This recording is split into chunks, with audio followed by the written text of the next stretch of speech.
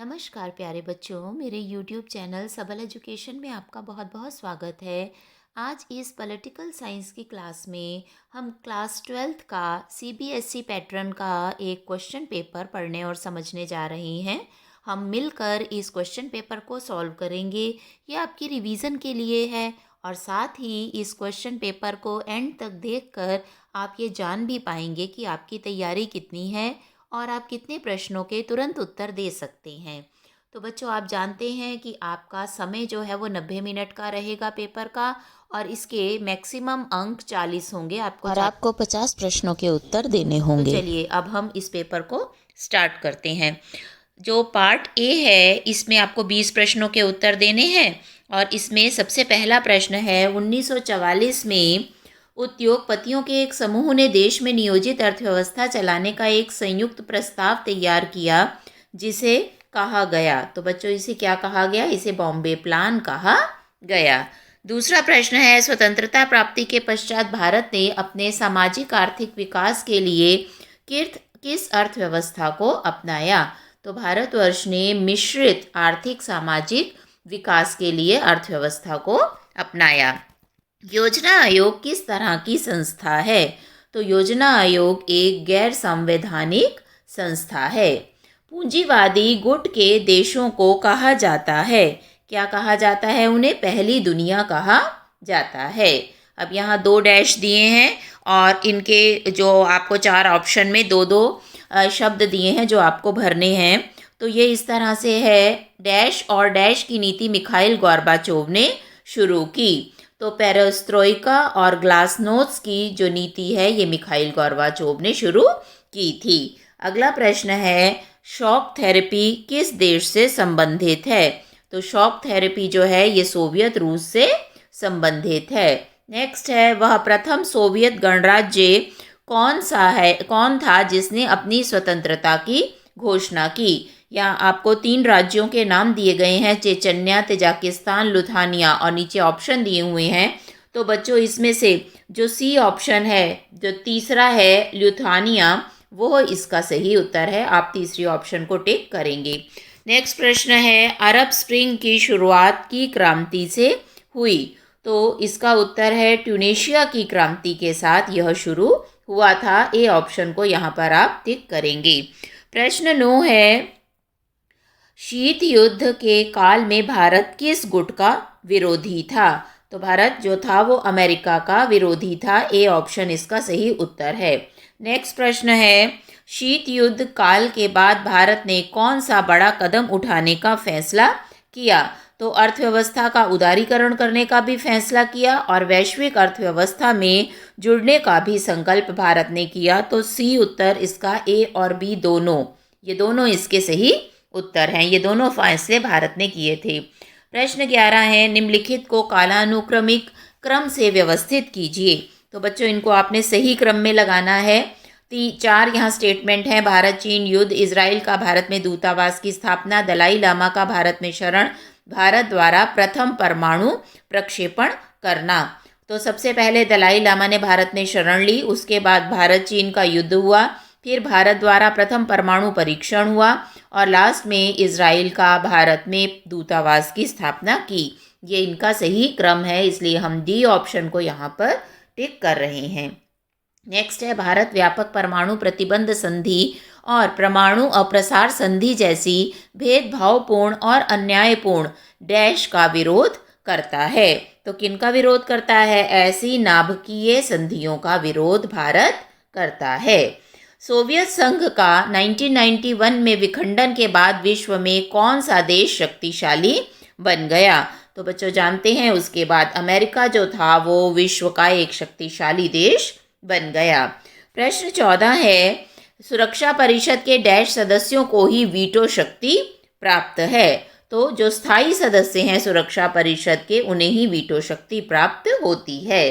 प्रश्न 15 है संयुक्त राष्ट्र महासचिव ट्राइग्वली किस देश के हैं? तो ट्राइग्लीव जो हैं वो नॉर्वे देश के हैं। नॉर्वे इसका सही उत्तर है।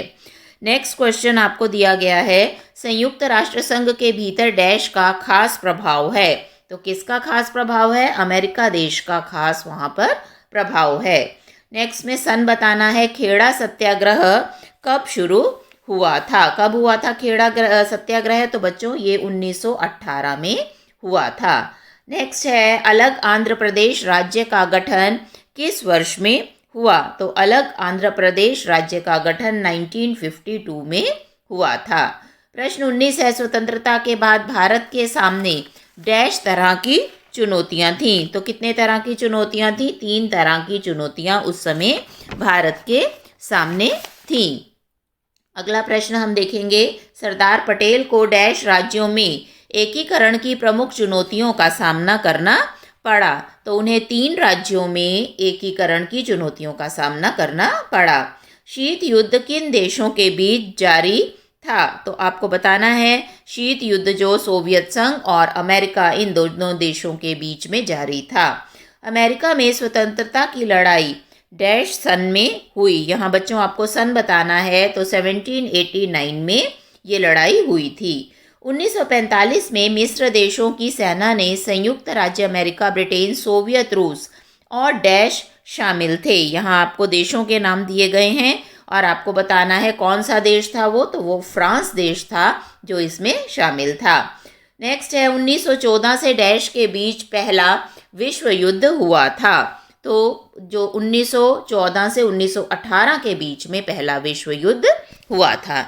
तो इस तरह से ये आपका पहला खंड खत्म हो गया। अब दूसरा खंड आपका बी स्टार्ट हो गया है, जिसमें पहला प्रश्न है बॉम्बे प्लान के बारे में निम्नलिखित में कौन सा बयान सही नहीं है? जो सत्य नहीं है वो आपको बताना है। 4 बयान यहाँ आपको दिए गए हैं।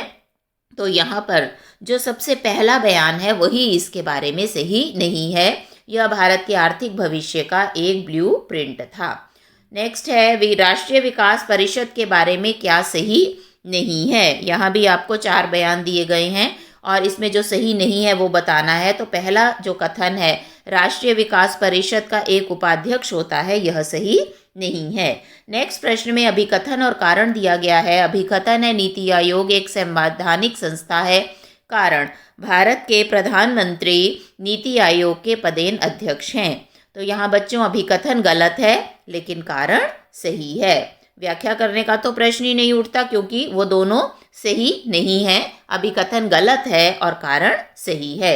नेक्स्ट प्रश्न है निम्नलिखित में कौन सा कथन सोवियत प्रणाली के बारे में सही है? यहाँ बच्चों 3 कथन दिए गए हैं और आपको बताना है कि इसमें सोवियत प्रणाली के बारे में कौन सा सही है। तो यहाँ पहला और दूसरा कथन जो है वो सोवियत प्रणाली के बारे में सही है। पहला कथन और दूसरा मैं पढ़कर आपको सुनाती हूँ। उसके पास जटिल मशीनरी, उत्पादन प्रणाली एवं परिवहन क्षेत्र थे जो कुशल तरीके से सुदूरतम क्षेत्रों को जोड़ते थे। दूसरा, उसके पास घरेलू उपभोक्ता उद्योग था जो पिन से लेकर कार तक सभी चीज़ों का उत्पादन करता था। प्रश्न 29 है सोवियत व्यवस्था के निर्माताओं ने निम्नलिखित में से किसको महत्व नहीं दिया? तो जिसको महत्व नहीं दिया वो था विरोधी दल अथवा प्रतिपक्ष का कोई स्थान नहीं था। प्रश्न 30 है बर्लिन की दीवार से संबंधित निम्नलिखित कथनों में से एक सही नहीं है। तो कौन सा कथन सही नहीं है? ये जर्मनी के दोनों भागों के एकीकरण का प्रतीक थी। ये एकीकरण का प्रतीक नहीं थी। नेक्स्ट है सोवियत अर्थव्यवस्था की प्रकृति के बारे में निम्नलिखित में से कौन सा कथन गलत है? तो गलत कथन आपको बताना है। तो जनता को आर्थिक आज़ादी थी, ये कथन यहाँ पर गलत है। नेक्स्ट में अभिकथन और कारण है। अभिकथन है साम्यवादी सोवियत गणराज्य के विघटन की घोषणा और स्वतंत्र राज्यों के राष्ट्रकुल CIS का गठन बाकी गणराज्यों विशेषकर मध्य एशियाई गणराज्यों के लिए बहुत आश्चर्यचकित करने वाला था। कारण क्या था? ये गणराज्य अभी तक स्वतंत्र राज्यों के राष्ट्रकुल से बाहर थे। तो बच्चों इस प्रश्न में कथन और कारण दोनों सही हैं और कारण जो है वो कथन की सही व्याख्या भी कर रहा है।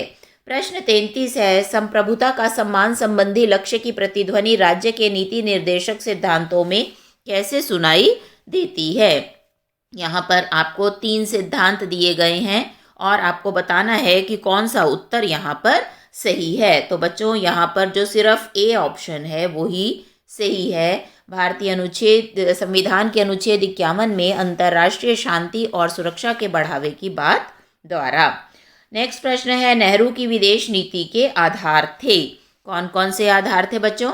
यहाँ इन्होंने 3 आपको स्टेटमेंट्स दी हैं और ये तीनों स्टेटमेंट्स ही नेहरू की विदेश नीति के आधार थे। तीनों बातें थी, एक स्वायत्त सा राष्ट्र के रूप में अपनी एक मुक्त व स्वतंत्र विदेश नीति का पालन करना, संयुक्त राष्ट्र संघ के उपनिवेशों की स्वतंत्रता तथा निर्भर लोगों को पूर्ण अधिकार व स्वनिर्णय के मुद्दे को समर्थन देना, साम्राज्यवाद व नव साम्राज्यवाद का पूर्ण रूप से विरोध करना। नेक्स्ट है प्रश्न, सुगौली संधि को लेकर किन देशों के बीच विवाद है? यहाँ इन्होंने 4 देशों के नाम आपको दिए हैं और ये विवाद है भारत और नेपाल के बीच में। नेक्स्ट प्रश्न है, भारत के वर्तमान परमाणु कार्यक्रम के बारे में क्या सही नहीं है? 3 स्टेटमेंट्स इन्होंने यहाँ दी हैं और आपको बताना है कि कौन सी इसमें सही नहीं है। तो जो तीसरी स्टेटमेंट है, भारत कभी भी परमाणु बम का उपयोग कर सकता है, ये सही नहीं है। भारत की ऐसी नीति नहीं है कि वो परमाणु बम का प्रयोग करे। नेक्स्ट प्रश्न है, 1991 में सोवियत रूस के विखंडित होने के बाद रूस से मित्रता कर भारत को क्या लाभ हुआ? तो जो भारत को लाभ हुआ है आपको वो बताना है। तो वो ये है, यहाँ 3 स्टेटमेंट दी हैं, फिर 4 उत्तर दिए हैं। तो जो तीनों यहाँ पर स्टेटमेंट हैं वो तीनों लाभ ही भारत को हुए उसके बाद। नेक्स्ट प्रश्न है, आर्थिक एवं सामाजिक परिषद का कार्य है। तो यहाँ 4 ऑप्शन दिए हैं आपको। उसका कार्य है सदस्य देशों के आर्थिक और सामाजिक कल्याण की चिंता करना।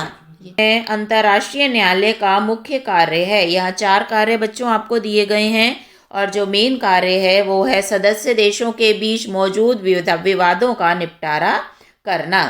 प्रश्न 40 है, अभिकथन है, संयुक्त राष्ट्र के सभी सदस्यों का एक एक वोट होता है, लेकिन स्थायी सदस्य नकारात्मक वोट डाल सकते हैं। कारण, संयुक्त राष्ट्र में 5 अस्थायी और 10 स्थायी सदस्य होते हैं। तो बच्चों अभिकथन तो सही है यहाँ, लेकिन कारण जो है वो यहाँ पर गलत है। प्रश्न नंबर 41 है, यूनिसेफ की स्थापना 1946 में संयुक्त राष्ट्र महासभा द्वारा की गई। कारण, यह बच्चों के लिए विश्व भर में आपात कोष जमा करता है और उनके विकास कार्यों में मदद करता है। बच्चों यहाँ अभिकथन और कारण दोनों सही हैं, लेकिन कारण जो है वो अभिकथन की सही व्याख्या नहीं कर रहा है। प्रश्न नंबर 42 है, सरदार वल्लभ भाई पटेल को देशी रियासतों के एकीकरण का जिम्मा सौंपा गया। निम्नलिखित में से कौन सा कथन सही नहीं है? यहाँ 4 कथन दिए गए हैं और उसमें जो कथन सही नहीं है वह यह है कि मुस्लिम लीग चाहता था कि एकीकरण का जिम्मा सरदार वल्लभ भाई पटेल को सौंप दिया जाए। नेक्स्ट क्वेश्चन है, संविधान के अंतर्गत किसे विशेष सुरक्षा प्रदान की गई है? यहाँ पर 2 ऑप्शन आपको दिए गए हैं और बच्चों ये दोनों ऑप्शन ही सही हैं। संविधान में सामाजिक रूप से वंचित वर्गों को भी, धार्मिक सांस्कृतिक अल्पसंख्यक समुदायों को विशेष सुरक्षा प्रदान की गई है। भारत को एकता के सूत्र में बांधना क्यों कठिन है? तो आपको बताना है ये कार्य क्यों कठिन है। क्योंकि भारत में अलग अलग धर्मों को, जातियों को, भाषाओं को मानने वाले लोग रहते हैं। तीनों कथन यहाँ सही हैं। निम्नलिखित में से कौन सा कथन गुटनिरपेक्ष आंदोलन के बारे में सही है? यहाँ 3 कथन आपको दिए हैं और इसमें से पहला और दूसरा कथन जो है ये गुटनिरपेक्ष आंदोलन के बारे में बिल्कुल सही है कि उपनिवेशवाद से मुक्त हुए देशों को स्वतंत्र नीति अपनाने में समर्थ बनाना और किसी भी सैन्य संगठन में शामिल होने से इनकार करना। अगला प्रश्न है, पूंजीवाद का अर्थ है। तो यहाँ 3 आपको अर्थ दिए हैं और आपको बताना है उसमें से सही उत्तर कौन सा है। पहला है या पहला दूसरा है या पहला दूसरा तीसरा तीनों हैं। तो बच्चों यहाँ पर पहला ऑप्शन सही उत्तर है। एक ऐसी व्यवस्था जिसमें उत्पादन क्रियाओं पर सरकार का नियंत्रण नहीं होता है।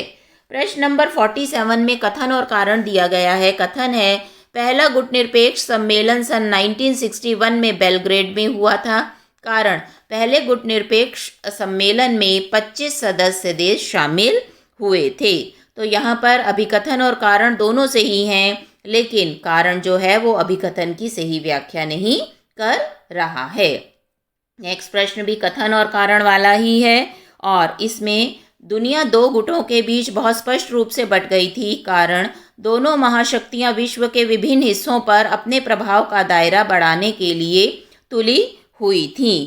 तो यहाँ पर अभी कथन और कारण दोनों सही हैं और कारण जो है वो कथन की सही व्याख्या भी कर रहा है।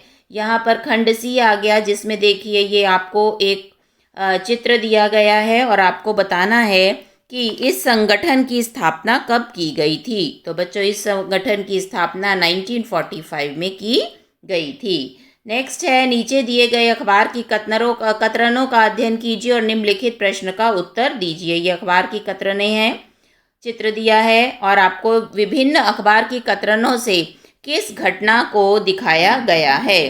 तो आपको वो घटना बतानी है। तो यह सांप्रदायिक दंगों की घटना है, जिसका चित्र यहाँ पर अखबारों में प्रस्तुत किया गया है। फिर यह आपको एक चित्र दिया गया है और आपको बताना है कि यह किस संगठन का लोगो है। तो यह विश्व बैंक का लोगो है जो यहाँ पर दिखाया गया है। इसके बाद एक अनुच्छेद दिया गया है जिसमें मोहनदास करमचंद गांधी और जवाहरलाल नेहरू की स्टेटमेंट है और आपको इसके आधार पर, ये देखिए, इसके आधार पर आपको इन प्रश्नों के उत्तर देने हैं। अनुच्छेद में महात्मा गांधी किस बात को कहना चाहते हैं। तो वो सत्ताधारी लोगों को अपनी बात कहना चाहते हैं। ए इसका सही उत्तर है। दूसरा है, सत्ता के आसन पर बैठने वालों को कैसा होना चाहिए। तो जब सत्ता के आसन पर बैठे हुए हैं उन्हें विनम्र, सचेत, धैर्यवान सभी होना चाहिए। नेक्स्ट है, भारत आज़ादी की ज़िंदगी के लिए जागेगा किसने कहा। ये स्टेटमेंट किसकी है। तो ये स्टेटमेंट जो है जवाहरलाल नेहरू की है, उन्होंने ये बात कही थी। अनुच्छेद में किस जश्न के बारे में बात हो रही है। तो अनुच्छेद में पैराग्राफ में आज़ादी के जश्न की, आज़ादी को मनाने की बात हो रही है। फिर एक अनुच्छेद आपको दिया गया है जिसमें 1962 के युद्ध में भारत को जो सैनिक पराजय झेलनी पड़ी और भारत चीन संबंधों पर इसका क्या असर हुआ, चीन के साथ भारत के वैचारिक और व्यावहारिक मुद्दे कैसे हुए, इन सब बातों पर, इन आपसी संबंधों पर यहाँ पर विचार अपने प्रस्तुत किए गए हैं और इस पैराग्राफ पर आधारित कुछ प्रश्न आपको दिए जाएंगे जिनके उत्तर आपको देने होंगे। तो पहला प्रश्न है, सीमा विवाद दूर करने के लिए वार्ताओं की श्रृंखला कब शुरू की गई थी। तो वार्ताओं की श्रृंखला 1981 में शुरू की गई थी। दूसरा है, चीन में राजनीतिक नेतृत्व कब बदला। तो चीन में राजनीतिक नेतृत्व 1970 में बदला था। अगला प्रश्न है, चीन और भारत के बीच कूटनीतिक संबंध कब तक नहीं थे कब तक ये बताना है आपको। तो 1976 तक नहीं थे। नेक्स्ट है, चीन से भारत को सैनिक पराजय कब मिली। तो चीन से भारत को सैनिक पराजय जो है वो 1962 में मिली।